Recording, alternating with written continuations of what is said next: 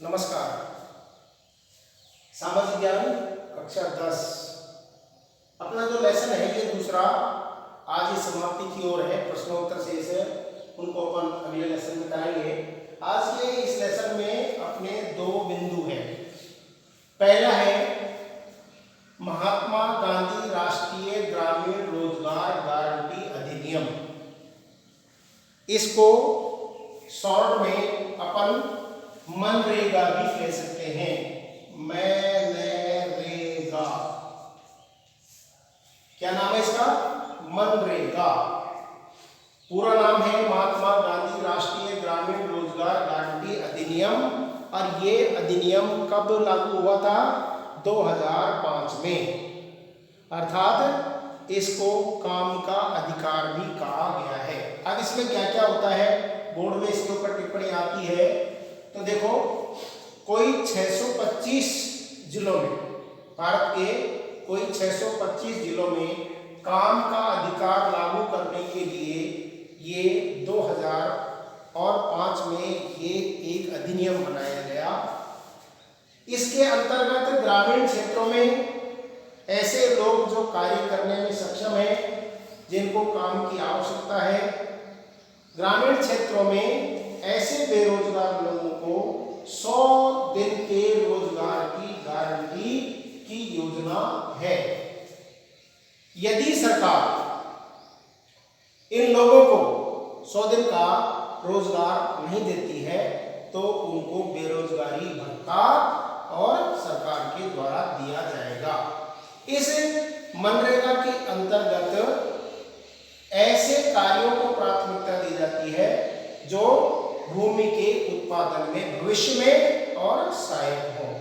तो हम सब जो ग्रामीण क्षेत्रों में रहने वाले भैया बहने, वो तो जानते हैं कि जो ग्रामीण क्षेत्र में महिलाओं के द्वारा ऐसे कार्य, बांध तलाई है, तलाई खुदाई है, सड़कों का नवीनीकरण है, ऐसे बहुत छोटे छोटे काम इसके द्वारा होते हैं।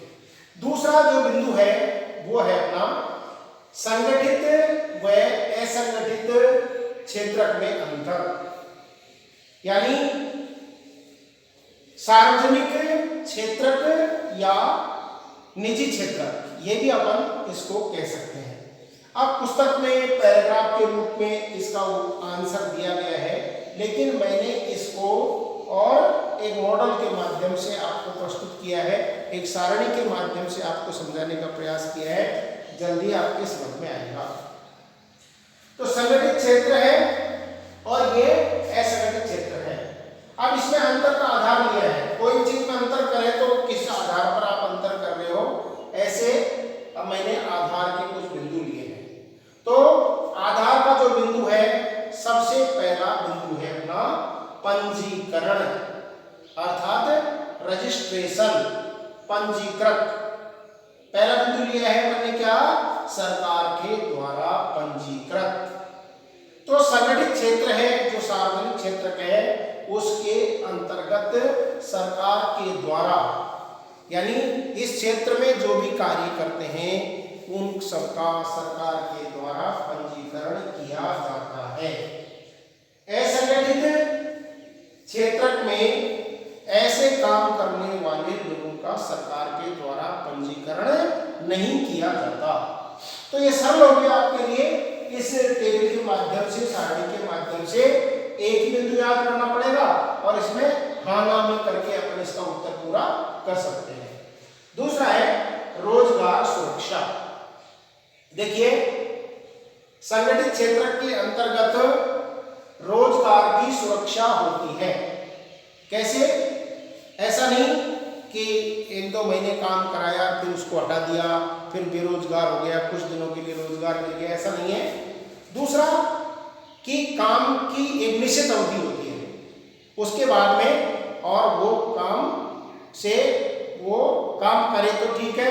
यदि वो अधिक काम करना चाहता है तो अधिक काम का भुगतान अर्थात मजदूरी उसको अलग से दी जाती है। ये किस क्षेत्र में होता है? संगठित क्षेत्र में। असंगठित क्षेत्र के अंतर्गत काम भी ज्यादा करवाया जाता है और अतिरिक्त उसका भुगतान भी, अर्थात मजदूरी का भुगतान भी नहीं होगा। तो दो बिंदु हो गए। तीसरा है नियोक्ता से अन्य लाभ। जो सार्वजनिक क्षेत्रक होता है अर्थात जो संगठित क्षेत्रक है उसके अंतर्गत नियोक्ता के द्वारा जो काम करने वाले लोग हैं उनको वेतन के अलावा, वेतन तो दे है लेकिन वेतन के अलावा सवैतनिक यानी वेतन सहित छुट्टी, अवकाश काल का भुगतान, भविष्य निधि, सेवानुदान, सुरक्षा और सारी प्रकार की अन्य प्रकार की सुविधाएं दी है। लेकिन असंगठित क्षेत्र में जो नियोक्ता होता है वो इस प्रकार की संपूर्ण सुविधाएं बहुत कम दे पाते हैं अर्थात नहीं के बराबर दे पाते हैं। चौथा बिंदु है चिकित्सा लाभ और पेंशन। इन लाभों के अलावा चौथा बिंदु है चिकित्सा।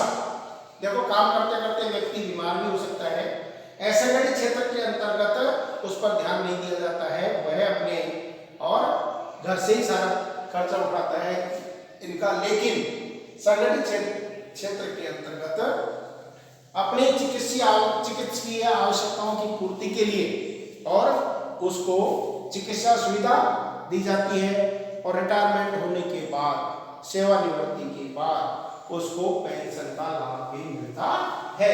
लेकिन असंगठित क्षेत्र के अंतर्गत चिकित्सा और पेंशन की व्यवस्था सभी को और नहीं दी जाती है। ऐसा इसके अतिरिक्त अपन और भी इसके अंतर के आधार जोड़ सकते हैं। नंबर 1 इनका उद्देश्य और जोड़ सकते हैं इसके अतिरिक्त अपन उद्देश्य, यानी संगठित क्षेत्र का उद्देश्य क्या होता है? कल्याण कार्य करना, सेवा कार्य। असंगठित क्षेत्र का लाभ कमाना, यह उद्देश्य है। संचालन ऐसे और जोड़ सकते हैं अपन, और जोड़े मान लो तो 5वां नंबर का जोड़ सकते हैं इसका उद्देश्य क्या है। 6ठा नंबर का और जोड़ सकते हैं इसमें कि इनका संचालन कौन करता है, ठीक है। 7वां नंबर और जोड़ सकते हैं अपन स्वामित्व, यानी और भी बिंदु जोड़ करके अपना अंतर बहुत अच्छा बड़ा प्रश्न आए तो उसका उत्तर इस प्रकार से अपन कर सकते हैं। संचालन संगठित क्षेत्र का सरकार के द्वारा होता है और असंगठित क्षेत्र का निजी तौर पर व्यक्तिगत होता है, मालिक चलाता है। और स्वामित्व सरकारी क्षेत्र का स्वामित्व किसके पास में होता है? सरकार के पास में। और असंगठित क्षेत्र का स्वामित्व व्यक्ति विशेष के पास में अर्थात मालिक के पास में होता है। तो आज अपन ने ये दोनों बिंदुओं को क्लियर किया है। दोनों बिंदु बहुत महत्वपूर्ण है बोर्ड की दृष्टि से, और इसी के साथ में ये पाठ भी पूरा हो गया। अगले लेसन में अपन